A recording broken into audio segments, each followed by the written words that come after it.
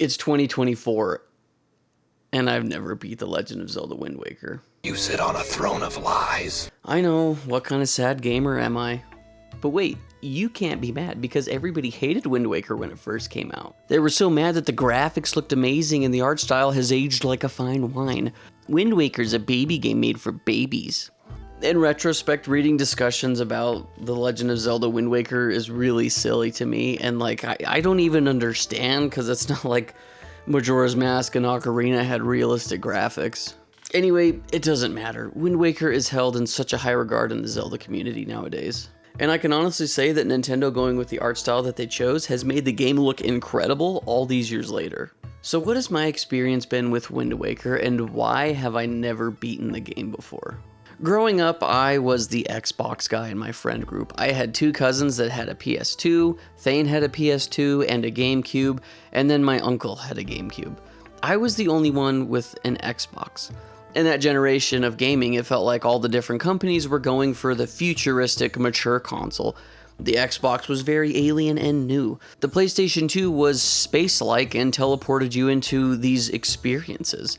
The GameCube felt different for me, though, and maybe it's because I didn't have one or I didn't play it all that much. I remember first seeing a GameCube at one of my uncle's friends' houses. He would play Mario Sunshine and a Dragon Ball Fighter game. I can't remember which one, though. I remember watching Metroid Prime and eventually Wind Waker. The art style and the games on the GameCube to me felt way more vibrant and colorful than what I had been used to on the Xbox. I played a ton of Halo and other gritty games on the Xbox, so when I would see GameCube games, it was refreshing. If I had to sum up the GameCube for me, it would be Sonic Adventure 2, Escape the City. We would play this level over and over again, collecting vials and animals to give to our chows. We would take turns collecting whichever ones we needed, and then exit the level as soon as we got all of what we wanted. Give the items to our chows, and then pass the controller. Sonic Adventure 2 is an incredibly vibrant game with such a happy and exciting feel, and that is what the GameCube is to me. A console that you can't help but be happy while you're playing it. For never having this console growing up, I have an incredible amount of nostalgia for it. Years later, I would get a Wii and played the crap out of that console. Thankfully, Nintendo loves doing backwards compatibility with their consoles, so I also got my first GameCube. I got Twilight Princess, the Wii version, and beat that game. Thane had got Skyward Sword when it came out, and I borrowed and beat that game. I decided I wanted to beat every 3D Zelda game that was out, so I went back and beat Ocarina of Time for the who knows how many time at that point, and Majora's Mask for the first time. The last one on my list was Wind Waker. I can't remember how old I was, maybe 15 or 16, so it's not like I was super busy with life at the time, but I had borrowed Thane's copy and played the Wind Waker for the first time, but I never beat it. Future me had always thought that I got to the Triforce quest, but after playing through the game now, I don't remember that. I think that I just got to the Tower of Gods and then quit, but I don't know. It doesn't matter. The point is I never beat Wind Waker, and after playing it now, it makes me sad because this is an incredible video game, and honestly one of the best 3D Zelda games ever made. It's a shame I never gave the game a fair shot back then. It's also a shame that the silly gamers hated the game before it even came out. Wind Waker deserves way more sales than it got. With the release of the Wind Waker HD, the combined sales were 6.8 million, which is still a lot, but once again, this game deserves way more love and credit for what it has done for gaming. I love The Legend of Zelda Wind Waker, and I finally beat it in 2024.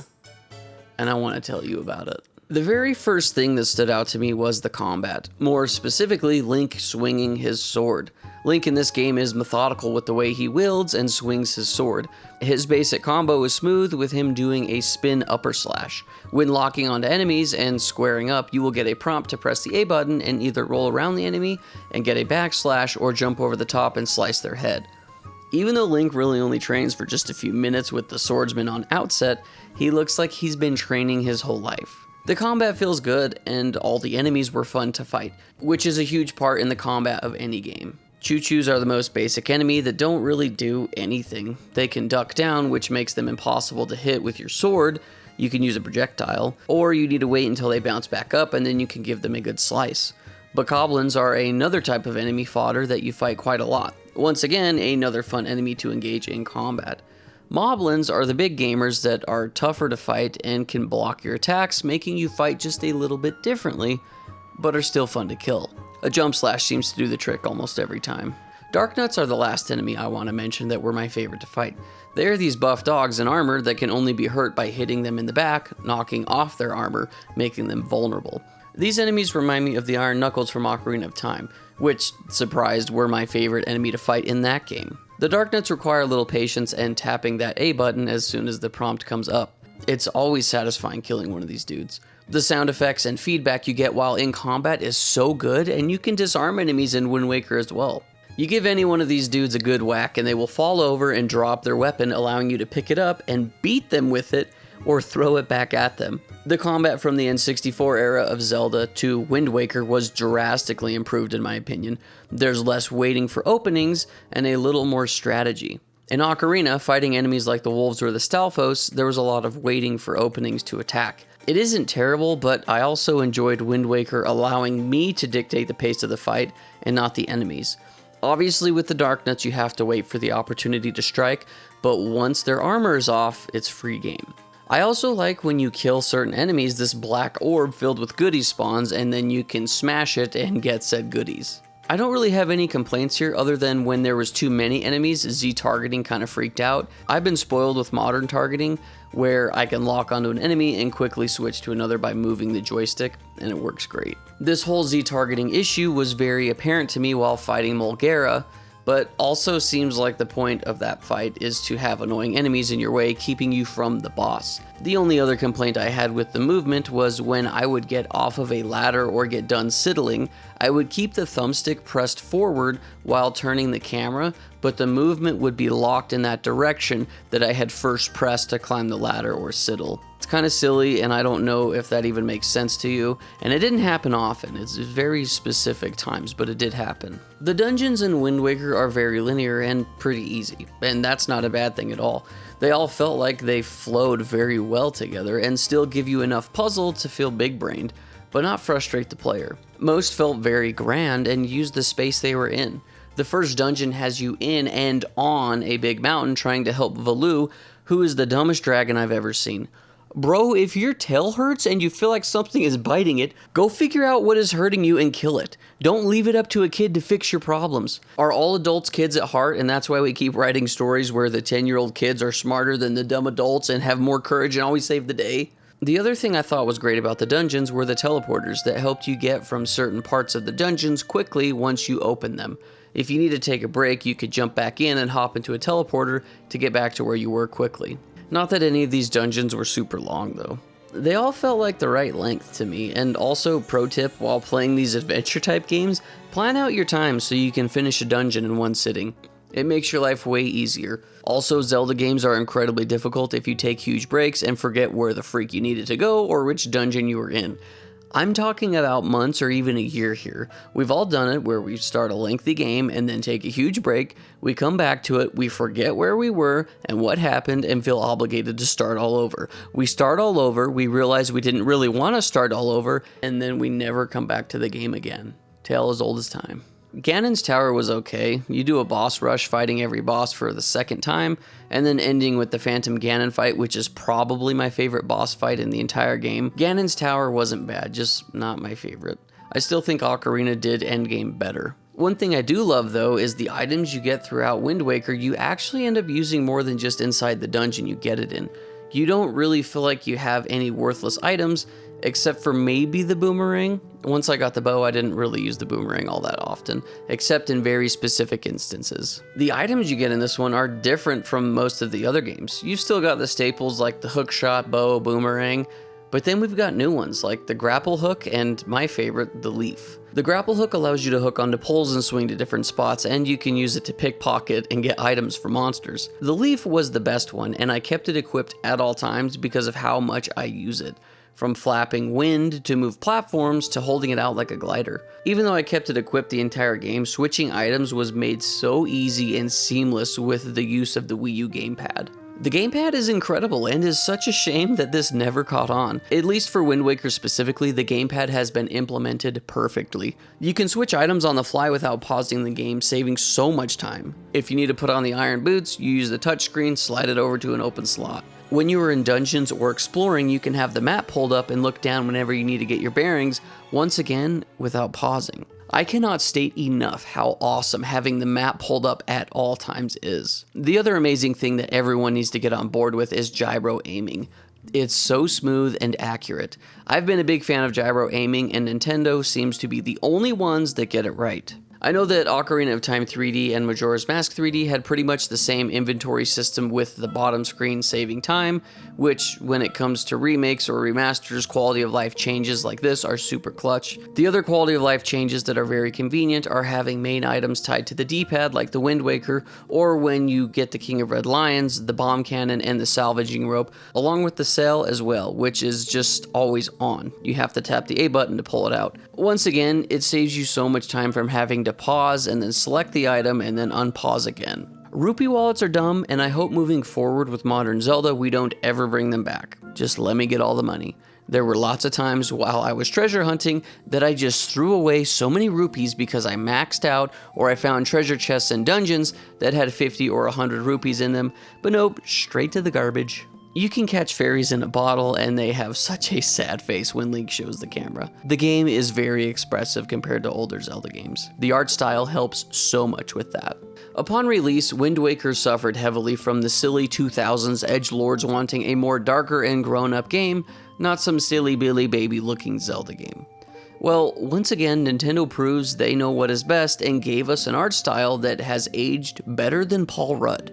Wind Waker looks incredible, and in 50 years it will still look this good because of said art style.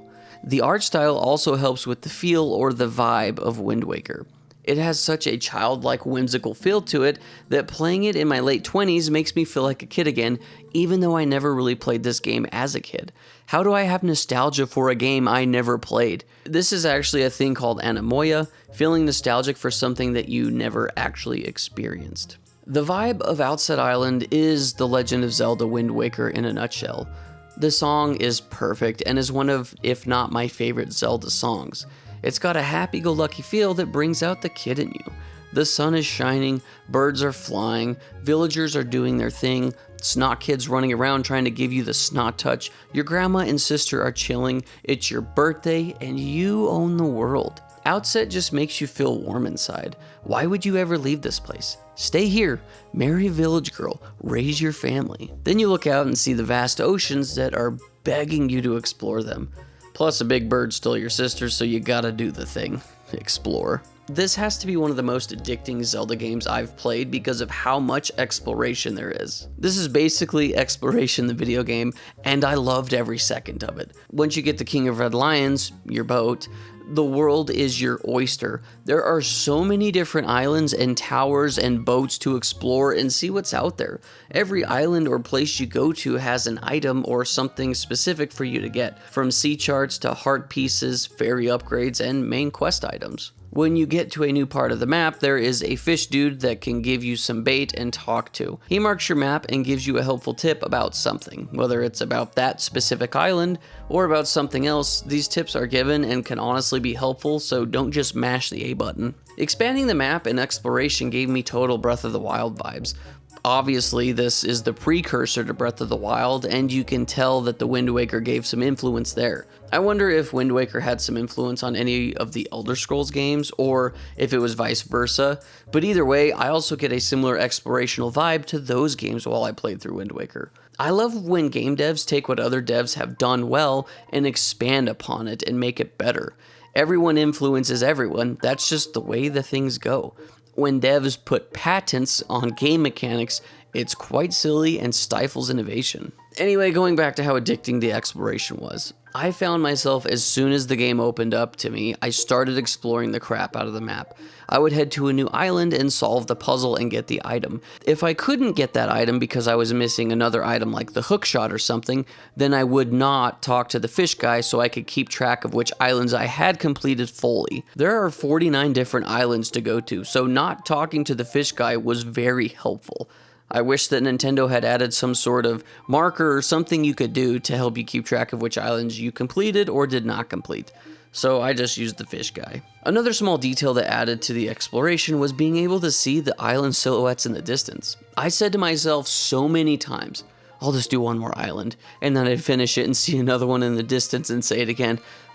I'll just do one more. Pretty soon it's 3 a.m. and I made an oopsie. One slightly disappointing thing is how small the islands are. Very tiny, and most having a hole for you to fall into. It wasn't that big of a deal to me because of how old the game is, and honestly was very ambitious at the time of its release. Plus it also fits the lore. The islands are tops of mountains that had been buried by the water. It makes you wonder the scale of a game like Wind Waker we could get today would be like. Since the whole map is engulfed with water, you do a ton of sailing across the map, especially in the beginning. And to be quite honest, I enjoyed it. Sailing once again fits the vibe of this game. It's exciting, and the song adds to the sense of adventure and discovery. The fast sail and fast travel were amazing, and I'd recommend getting both of those things ASAP. You still have to sail from island to island because there aren't warp points to every island, but it saves you from having to sail all the way across the map. Treasure hunting is another big part of this game. You have a salvager on top of the King of Red Lions that you use to pull up treasure from the bottom of the ocean. You can get rupees, heart pieces, and even more treasure maps. There are plenty of sea charts for you to open and navigate to them and get set items. You'll see a glowing ring that marks the location, and once you get close to it, it disappears. You can listen for the audio cues or just look at the map in real time, lining Link up with the X on the map. Along with treasure hunting, you can also do ship battles. The ship fights are very small scale, more akin to just fighting a regular enemy than a grand ship fight, but it was still fun. This also was the only frame rate issue I ever faced. When fighting other ships, especially if it was raining, the game would chug so hard, making me question if the Wii U was going to ignite or not. Other than those specific instances, the game ran completely fine. Along with exploring all the different islands and treasure hunting, you still get your classic Zelda side quests, most taking place on Windfall Island. Windfall is definitely one of the bigger islands and had the most to do on it, from hitting up an auction house to taking pictures of people with a camera. One side quest had you following a suspicious girl at night, trying to not get caught by her. Link at times would pretend to be a cat and meow.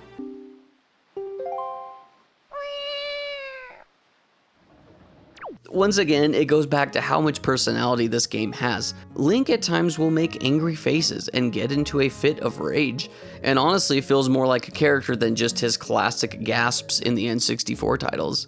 I spent a good chunk of time walking around Windfall doing all sorts of different things there. It was very enjoyable. There is bits of lore with certain NPCs where there's a wealth exchange, and it explains why that suspicious girl was stealing things from people. The lore and story of Wind Waker are actually pretty cool, and has probably the best starting motivation for Link to start his journey in any Zelda game. Your sister gets kidnapped. Link in Wind Waker isn't actually the chosen hero right off the bat. He's just a dude hanging out on an island with his family until the big bird takes his sister away, forcing Link to grow up fast. When Link steps onto Tetra's pirate ship and sails away, he is leaving his childhood and everything he has ever known behind to save his sister. It's a bittersweet moment where it's exciting going on an adventure, but it's also scary leaving everything behind in search of your lost sister. Grandma is not a happy camper watching Link set sail. She didn't even go down to the beach to see him off. Was that because she was mad or because she's old and didn't want to go down there? It doesn't matter. Either way, you can see it in Link's face how unsure of himself he is, and is honestly very similar to how everyone probably feels the first time that they leave their theoretical childhood island. That seems to be a reoccurring theme in Zelda games, is growing up, and I resonate with this so much. I had a very good childhood that I look back on very fondly, but it's not something I will ever get back. I can't just get on a boat and sail back to my younger days. This seems to be yet another connection to the Peter Pan story, and not just the green tunic. Anyway, Link goes on this grand adventure to save his sister, and later became the hero of legend by finding all the pieces of the Triforce. Along the way, we meet that giant lazy-ass dragon. He does have a cool moment where he makes some eye contact with Ganon and then literally lights him on fire. This Deku Tree looks so cursed and is quite honestly nightmare fuel. The Fairy Queen you meet is hitting on Link. Another common trope is everyone wants to bone Link in the games. Nice. Gorons are still in the world and survived somehow. Zoras are also mentioned in the lore, informing us that the Rito bird people are descendants of the Zora. That's pretty cool. The main mechanic in Wind Waker is using the Wind Waker to conduct the winds. You use this so many times, and I've always found it amusing how Nintendo uses music as a power and lore point in the Zelda games. From using ocarinas, conductor batons, and even howling as a dog or using harps. One of my favorite bits of lore was going down into Hyrule Castle and seeing everything frozen in time. Everything is quiet. There is no music, just Link's footsteps. All the big enemies you fought up to this point are all frozen, still looking menacingly. You think to yourself, I hope they don't get unfrozen because these dudes are way too tough and I will not be able to beat them. We go down even further and find the Master Sword set upon a pedestal, surrounded by pictures of all the sages from Ocarina of Time. This was a pretty neat detail, and I love how Nintendo puts a lot of callbacks into prior Zelda games in newer ones. We pull the Master Sword from its pedestal, unfreezing time and releasing Ganon's full power. When we get to the final battle with Ganon, it's actually a pretty epic fight. The area itself is super cool. You look around and see that the waters above are falling. It's quite the sight looking up and seeing the huge ocean you've been sailing on for the last 30 years and realize, oh freak, there is an entire world down here that has been hidden for an incredibly long time, and I see that crumbling before me. The battle ensues, and once you defeat Ganon, you stab him in the head, sealing him once again as he turns to stone, becoming the new pedestal for the Master Sword. It obviously hasn't been that way in previous games where the Master Sword was left in Ganon, sealing him, but in Wind Waker, it's such a cool idea executed perfectly. Maybe we will get a game where the Master Sword's pedestal is literally Ganon, and when Link pulls it out, Ganon is set freed. One of the most poetic things I've learned about Wind Waker, and more specifically this Ganon fight, is how it mirrors Ocarina of Time. Now, I also can't take credit for this. I got this from a commenter from King K's Wind Waker video from 7 years ago. In Ocarina of Time, you fight Ganondorf at the top of the tower, it comes crashing down, and then you fight Monster Ganon at the bottom. In Wind Waker, you start at the bottom, you fight Monster Ganon, and then you ascend the tower to fight Ganondorf at the top. A very cool detail that hadn't even crossed my mind. When making these Zelda videos, I usually do a follow-up video where I compare the Zelda manga to the game, and Wind Waker doesn't really have anything right now. It's got a small comic called Record of Link's Voyage. It's not a complete retelling of the game, and I just don't know if there's enough there for me to make a video about it, so as of right now, I'm not going to. Cole has also made a video talking about his Wind Waker experience from when he was a childhood and also his thoughts on it now, so I will also link that video that you can go check out. In conclusion, The Legend of Zelda The Wind Waker is an incredible and addicting experience. It literally is exploration the video game, and for 2004, it was way ahead of its time. Due to hardware limitations and maybe a little bit of rush, a lot of content was cut and not fleshed out fully. I've always thought it'd be cool to get remakes or remasters of old games like this that had lots of stuff cut. Depending on the game, you could get almost an entirely new experience. With the scale of what Wind Waker is and seeing some of the corners cut or entire islands just abandoned, it seems like the devs intended for this game to be even bigger. I'm not saying bigger is always better, but at the end of my Wind Waker playthrough, I wanted more. The game is incredible. It scratches my Zelda itch, my exploration and collecting itch, and of course the puzzle solving itch. The game isn't hard by any stretch of the word. Everything is very doable for almost all ages. It's very linear when it comes to dungeons, and that's not a bad thing. The art style makes this game look timeless, and honestly, playing through it now, the gameplay and exploration are just as good as when it came out. Even comparing it to modern open world games, Wind Waker stands next to some of the giants and holds its own, and completely blows others out of the water. Wind Waker is a very underappreciated gem, and I'm glad I was finally able to beat it all these years later. Not all old games are bad, but not every game is The Legend of Zelda The Wind Waker.